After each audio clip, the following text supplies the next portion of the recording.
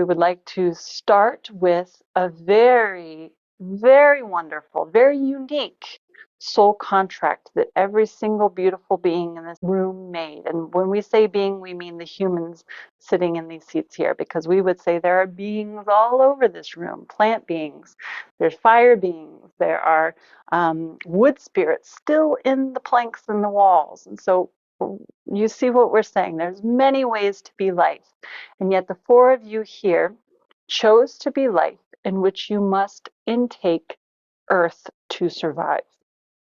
So we want to say from a very expanded vantage, that is specific. That is a way that a soul can go, what is it like to harvest my food, to grow, put these seeds in the ground and to find a plethora of squash? What is it like to have to cook the food or have to prepare the food or have to chew the food down? And we would say many of the animals, of course, do this. But again, we see life in all kinds of forms, microbes. We see life as cloud beings. And so they all ingest things differently. And you chose a very unique way of taking in nutrition. So we want to honor that as a specific soul contract that we believe each and every one of you made before you came into this body. So we want to invite you to place your hands on your heart, take a big deep breath and go, you're welcome, soul. I chose the adventure of eating. Just however that works for you silently. You chose this and you got it, not by accident. One deep breath.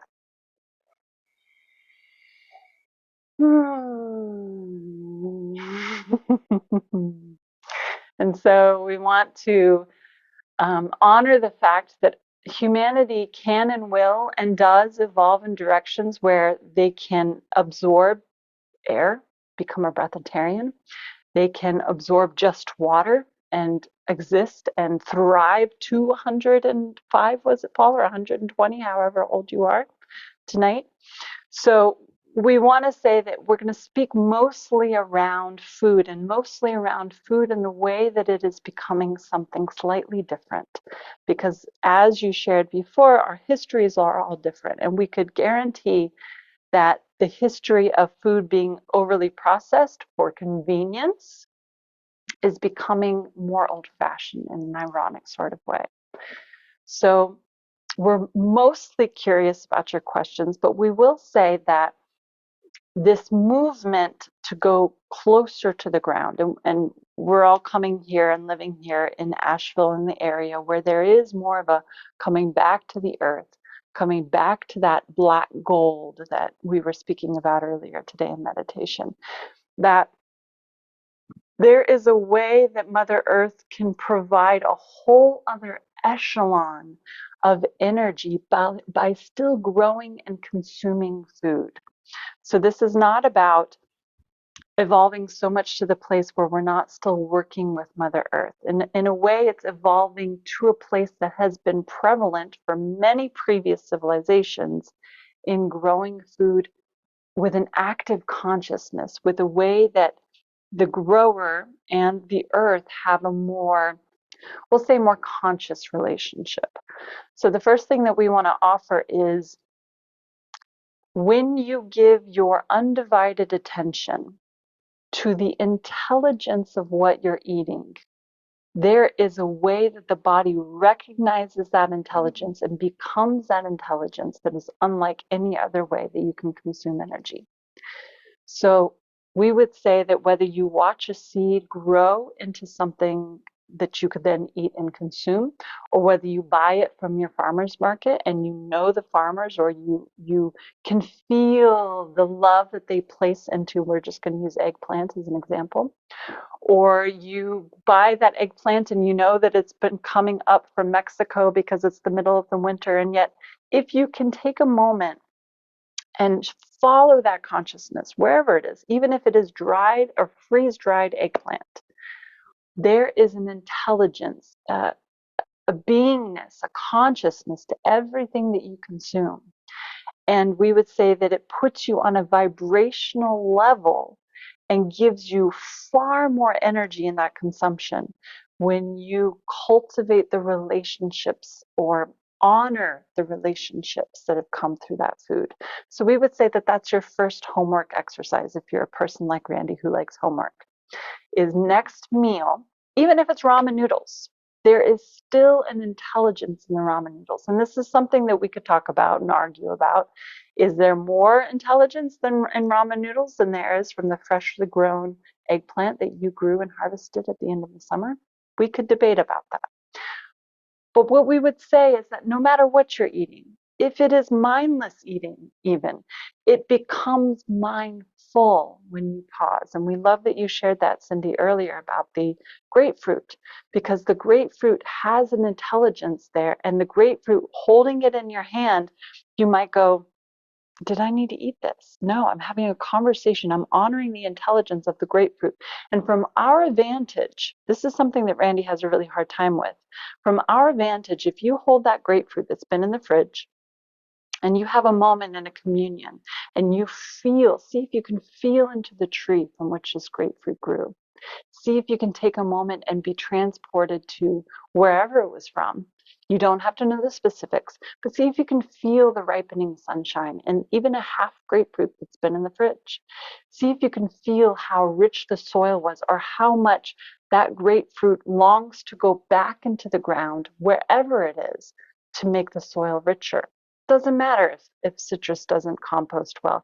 There is a yearning in every beautiful thing, including in your own bones, to go back to Mother Earth as the service that we can all provide. So back to our example, even if it's something where you have a communion, and this can take 5 seconds, we can all go, okay, Vyrrlah, but I got a life here. I don't know if I can sit and have a 30-minute meditation with a half grapefruit that I just pulled out of the fridge. But what we're saying is the more you practice, it can happen in 3 seconds. Pause, grapefruit, intelligence. There is not just a nutrition profile here, but there is an actual history. There is a breathe it in and go, I take you into me and I give you back to the earth. Do you see what we're saying?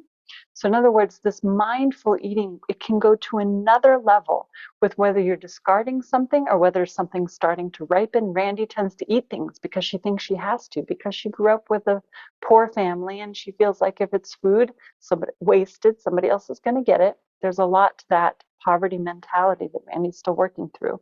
But what we would offer her and everyone as a homework assignment is to take 30 seconds.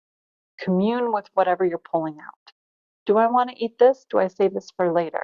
Do I have a conversation and actually ask for that essence to go here? And what do I give back? So in other words, what can I give the grapefruit, the warmth of my hand so it can experience warmth? Remember, we're talking about consciousness that can perceive way more than humans have given it credit for in the past.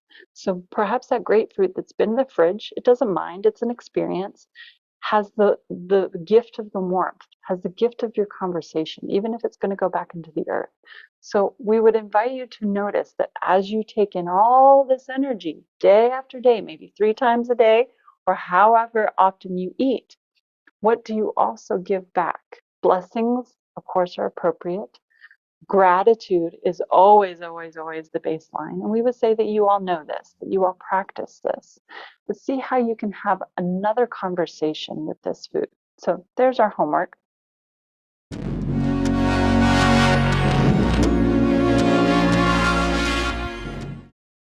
There's the craving that is an emotional connection, a craving that connects through memory and the associative memory. Sometimes it connects through trauma. Sometimes it connects through a memory of ultimate bliss.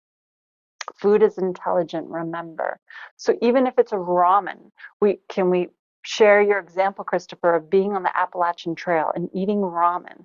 So in a way, Christopher's coming to a bowl of ramen. There will be an absolute energy that his mind and his emotional complex is creating for something that was perfect because it was easy to carry and light, and something that could fill quickly with just the ease of water. So we're using ramen as an example of sort of junk food, if you will, or processed food. And yet there is a beautiful energy to that memory that comes through the emotional mental complex.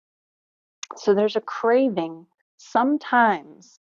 And again, we would say that it becomes much more clear to where that's coming from. Is your body actually craving the energy of a particular food, or is your body actually craving that reintroduction of a relationship through that food?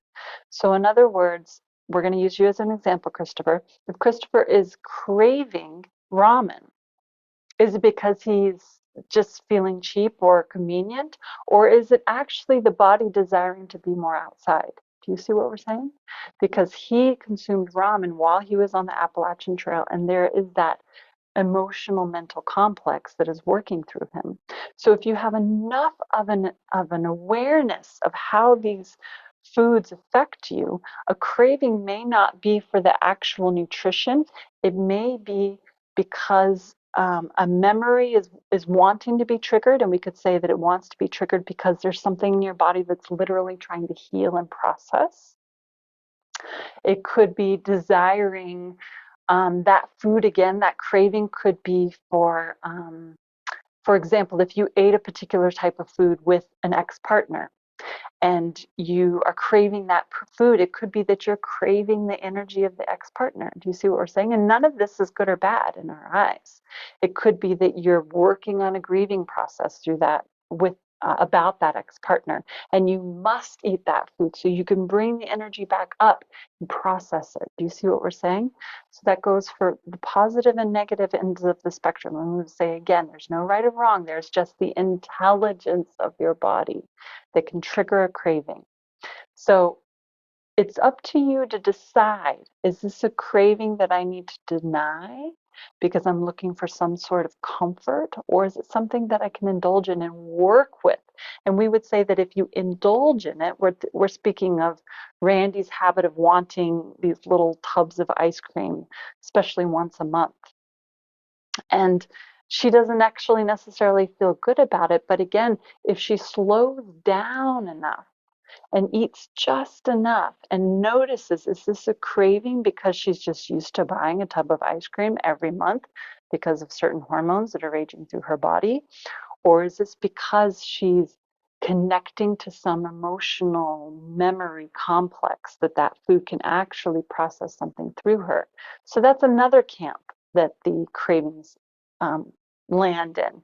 Habit, routine, yes? Literal bugs inside. We're talking about the sugar bugs that live inside of Randi and crave sugar. They are real. They are her. They are asking for more. So that's another camp with the cravings, is the actual biome of your body asking for something that it tends to have. And for Randi, yes, they start screaming out even more once a month. So there's the camp of the emotional mental connection, which is an opportunity for healing. There's the craving for the actual biome of your body. And we would say, pay attention to that one in the way that you are routine. Because we are human beings. We have left brains. We love structure. We tend to do things, especially if it's mindless eating. What do? I do the thing that I did yesterday. I don't have space or energy for this. I do the thing that I did yesterday. Do you see what we're saying? So that's another camp for cravings. And the third camp that we would say is the craving for actual rebuilding of your body. So Randi's been craving dandelions because dandelions are craving her. We would actually say that these dandelions are going, we have life. Come and eat us. We want to know what it is to be human. Come on, come on, come on. So there's an actual relationship between some foods desiring to figure out what it is to be human. This sounds wild, we know, but it is happening on a certain level. And so sometimes you're craving something because you need to repair something in your body, or because you need to flush something, or because you need to grow more muscle or strengthen your bones. And we would say that's sort of obvious understanding. But that craving tends to be sort of like a mother who's pregnant, tends to be more out of the blue, or tends to be more seasonal, or tends to be more Exploratory, you could say you have cravings when you travel to different parts of the world because your body wants to know what it is to be that food. You're craving experience, an immersive experience in a different part of the world. And so that different part of the world wants to become you, wants you to take it back. Do you see how we're painting a picture a little bit of how consciousness travels? Because it travels through food. It becomes you and you become it in many ways.